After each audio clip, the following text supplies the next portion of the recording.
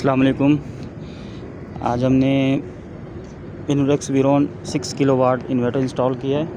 इसमें हमने फ़िलहाल अभी 8 पैनल लगाए हैं सोगो कंपनी के 585 के 4594, जिनको का आता है 4590 में। ये हमने लगाया है 4594 में। ये बड़ी साइज़ का है और इसकी एफिशिएंसी बहुत बेहतरीन है। बाईफेशियल पैनल है और बहुत ही बेहतरीन रिज़ल्ट है इसका, और 25 साल वारंटी में आता है।